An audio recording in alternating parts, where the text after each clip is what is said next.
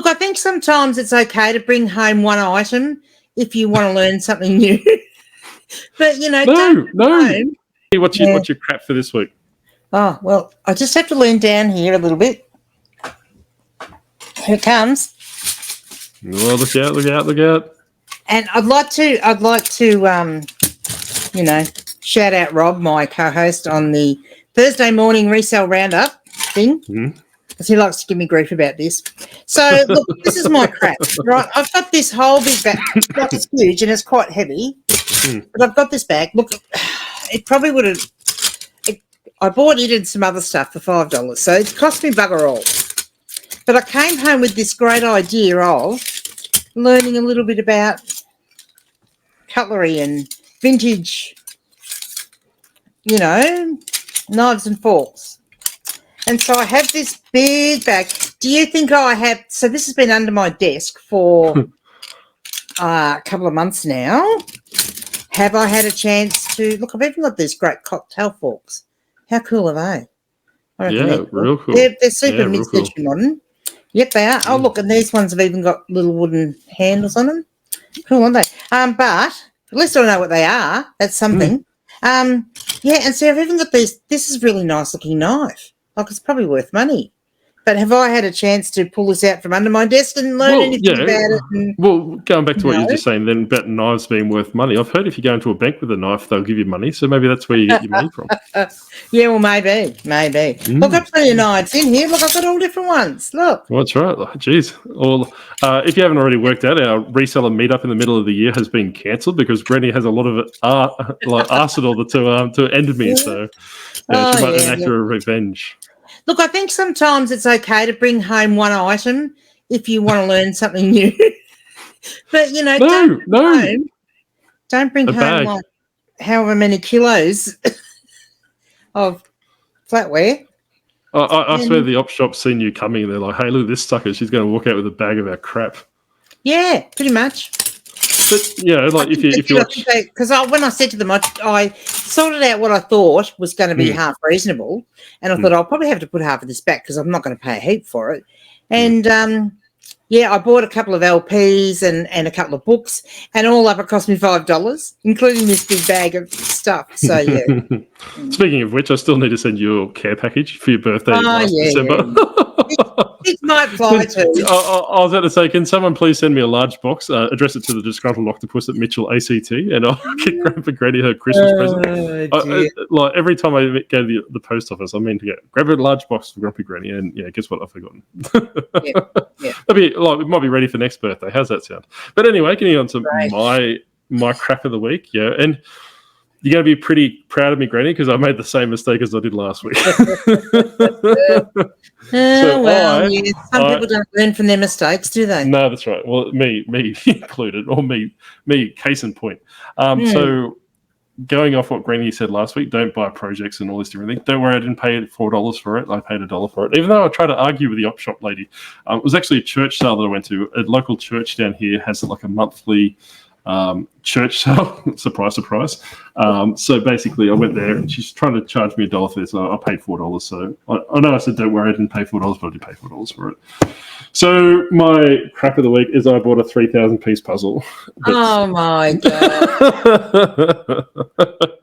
But having said this puzzle comps out about $120 and it has regular sold listings. So it's definitely worth it. It's a very, very, very old Ravensburger, and it's even on the back is like, it gives you paint by numbers that will actually show you which sections to do. So I've got a question for you. Yes, Danielle's going to do it. You have a Mrs. Octopus and a few minions. Yes, I've got a blue rigid mama octopus. So, so do any of the people that live in your house actually like to do jigsaw puzzles? Minion Jay's wife, Mrs. Octopus, she has on occasion liked to do a puzzle. She has done them before, and then I've kind of lost interest after she built it. And she's kind of sworn off from making jigsaw puzzles again. So maybe if I can persuade her, I might take her to a seafood restaurant or a sushi bar just to butter her up and get her to do a 3,000 piece puzzle for me.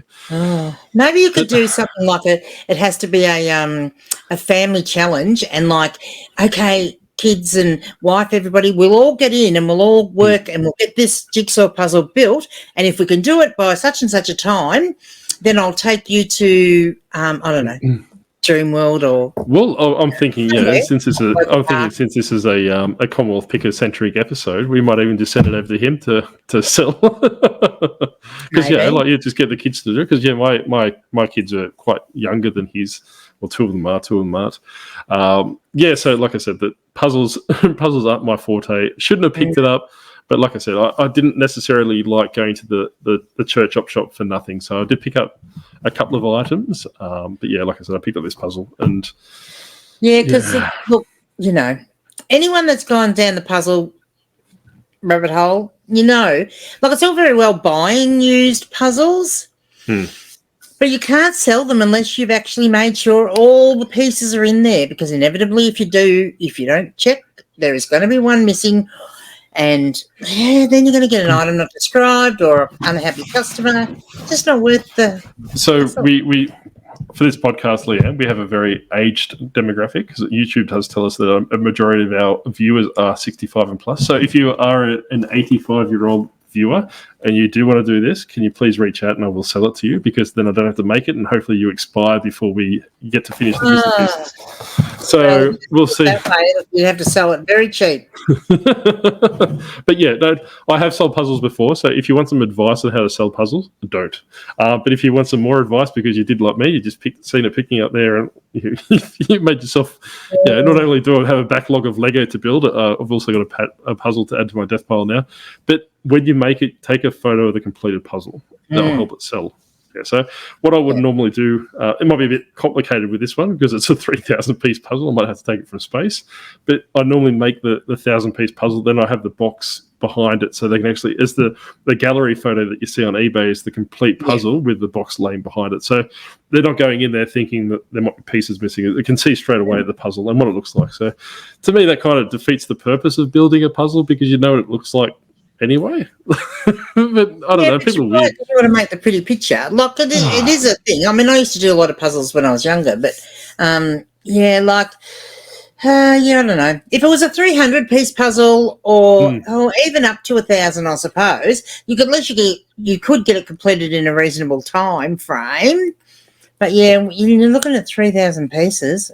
Yeah, and American Arbitrage, I watched one of his shorts the other day and said, look, stay away from puzzles because they're all missing pieces. So maybe you take Carrie's advice and stay away from puzzles, but unless you enjoy it. But so hypothetically, I sell that puzzle for $100, right? So I make, after postage, $75 profit. We'll just use it for that.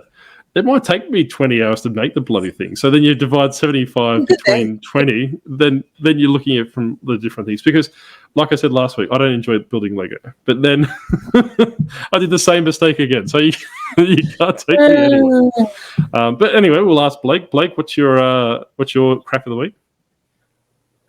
Your facial hair? Response. Facial hair. He said facial hair. You have to listen to him. Yeah, okay, all right. So, Blake's crap of the week's his facial hair. But anyway, we'll get back to you next time, Blake. But, Granny, so, it's good. But we didn't have any submissions for crap of the week. So maybe other people aren't buying crap. Oh, no. They just don't want to admit it, I think, is the thing. That's right. Well, once they've seen me twice in a row by the exact same thing I preach week in, week out.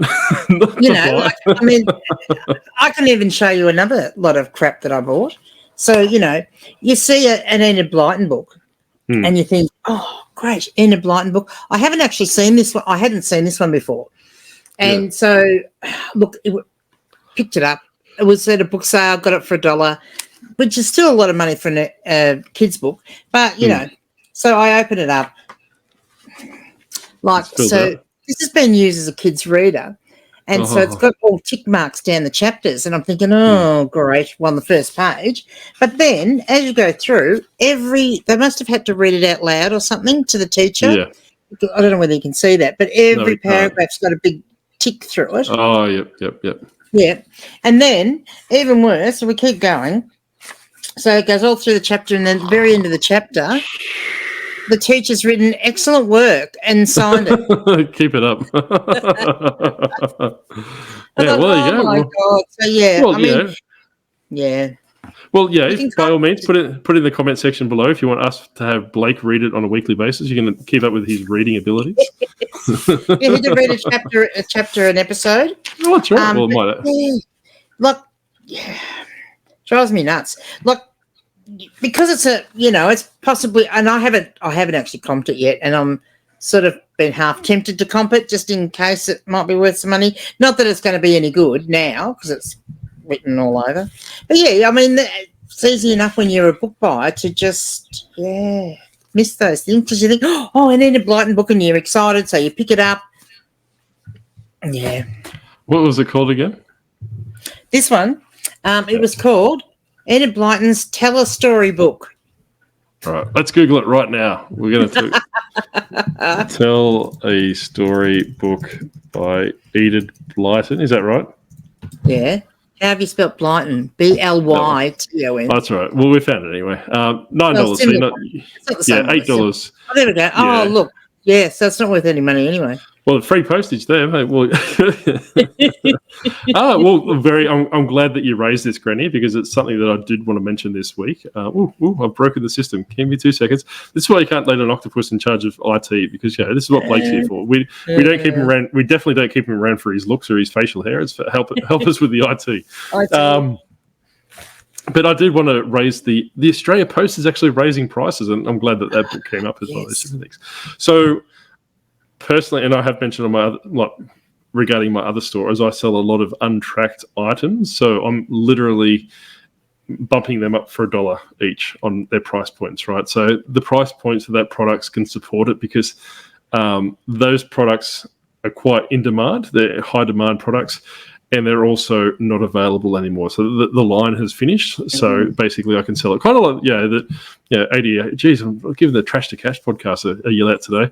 Yeah, ADHD Dave, or whatever his name is, that used to sell like pop socks or something for your phone. You're selling those and all those different things. Something similar to. His recent video, okay. I didn't know you still had them. But yeah, basically similar thing. It's a product that's no longer manufactured and quite high demand. So I sell them untracked. They're not big ticket items. They're not making me thousands of dollars every time I send an item, because that's why I'm not sending them tracked. But I can send them untracked. But because they are high demand and the supply, like the demand outweighs the supply, the basic principles of economics is I can increase the price by $1. Yes. With that book, with your ticks and your flicks, and helping Blake read, like a big boy he is. Geez, we're gonna have Blake in our comment section abusing us as well. If you want to see the kind of perseverance we have to put up on a weekly basis, go check out our last live's comments, because it's quite spicy. But I'm promised I'll get over it one day. And if you're also a member, you can actually reach out to me on YouTube and ask me what I think of certain people, and I'll tell you. It's unfiltered. So that's another. We would like to, wouldn't we? That's another undisclosed perk of being a channel member, is that you can ask me what I particularly think of Diary of a Flipper, and I'll tell you straight up. And it's not favourable because he's got my brother hanging on the wall. So, but yeah, Judder's good. But like I was going back to the Australia Post, is that it's going to, I'm in a little private group with a couple of other Australian resellers as well, is that, and one of them brought up the other day, is that it's going to almost make low dollar items unachievable from selling perspective. Uncle Wayno and his beloved $5 free DVDs and all those different things. Now the nightmare flippers are gone. I'll have to pick on Uncle Wayno again. So don't ask Vocto for help, will you? Nightmare flippers did, and now they've vanished from the face of the earth. Well, a case in point, my beloved Uncle Wayno, he was mentioning one of his friends on the movie channel he does. One of his co-hosts is actually writing reviews for movies in the Australian Financial Review, and I'm my claim to fame is I destroy everyone that I try and help. So,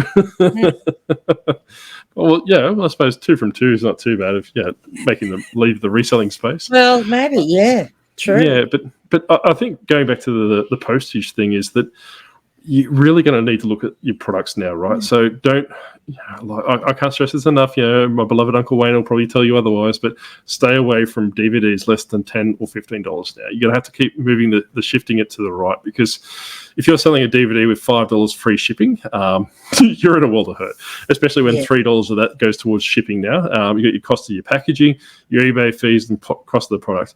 There is one caveat that I will give for selling $5 free shipping DVDs, and what's that, Granny?